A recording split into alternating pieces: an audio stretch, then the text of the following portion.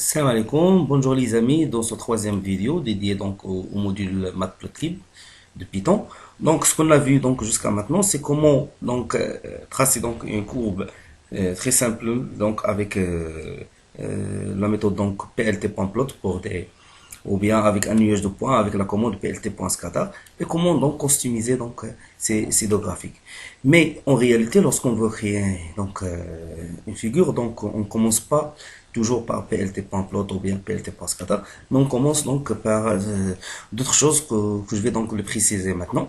Donc ce qu'on appelle donc le cycle de vie d'un graphique. Donc le cycle de vie d'une figure.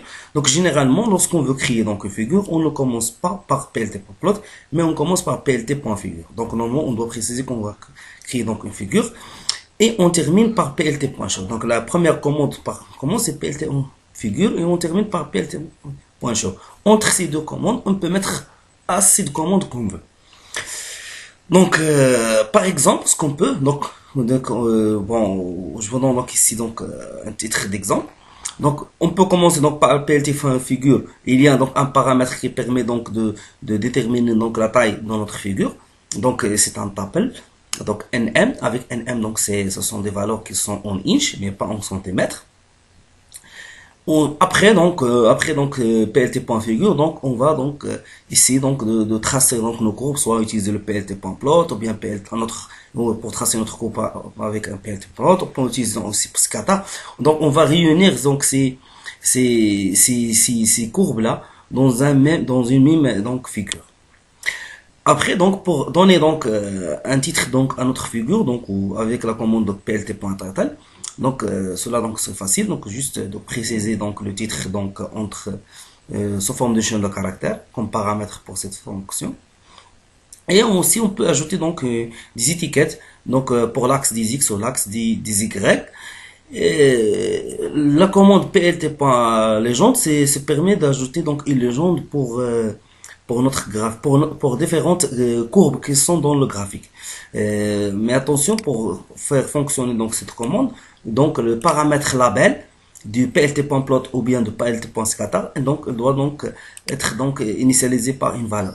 Donc nous devons donc préciser donc une valeur pour label pour l'être donc appelé par la fonction plt.legend.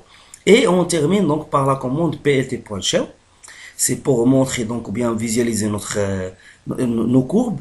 Et si on veut, donc parfois donc on veut donc sauvegarder donc la courbe, donc on peut utiliser la commande plt save figure. Donc je vous montre ça dans un cas donc concret. Donc voici donc un exemple dans lequel donc j'ai créé donc une figure de taille 8 sur 6. Ça va? Donc après donc j'ai tracé donc une courbe qui est x en fonction de x, c'est-à-dire y égale x. Ça va? Donc en bleu, donc avec label ce sera y égale x. Après donc je trace donc fonction x carré en fonction de x avec le style donc tiré et le couleur rouge et la couleur rouge donc et le label donc y c'est x au carré. Après donc j'ai donc ajouté ici donc un titre à mon graphique qui est le polynôme et pour une étiquette pour l'axe des x c'est x et une étiquette pour l'axe des y donc c'est y.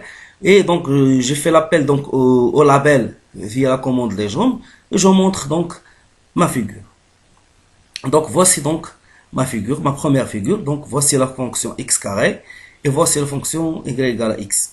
Donc je peux aussi donc ajouter une autre fonction si vous voulez. Donc je peux même donc faire un copier-coller.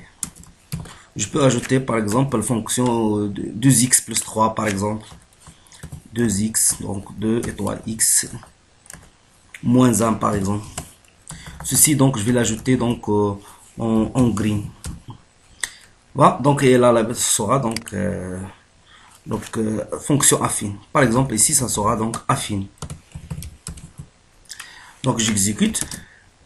Donc voici donc j'ai trois courbes. Donc j'ai x carré.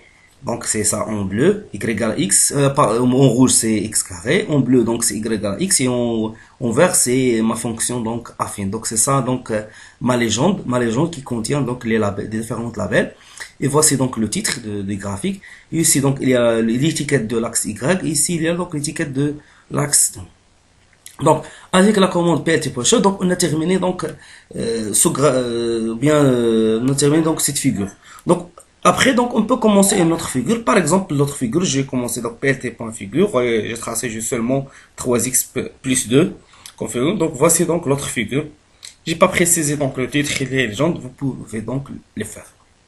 Donc, entre plt.figure et plt.show, c'est ce qu'on appelle donc un cycle de vie pour une figure donnée. Donc ici donc j'ai un exercice, c'est que donc on cherche à tracer les courbes correspondantes aux fonctions y à l'exponentielle m étoile x. Donc c'est ça ce que je veux. Donc c'est tracer exponentielle mx avec m c'est un paramètre entre moins 4 et moins 1 pour 10x qui sont dans l'intervalle 0,3. Donc comme montre le figure 6. Donc essayez donc de tracer donc ces différentes courbes de l'exponentielle en fonction de paramètre m et de les mettre tous dans un même figure. Donc je vous montre la solution donc dans le prochain vidéo, Inch'Allah. Et à bientôt.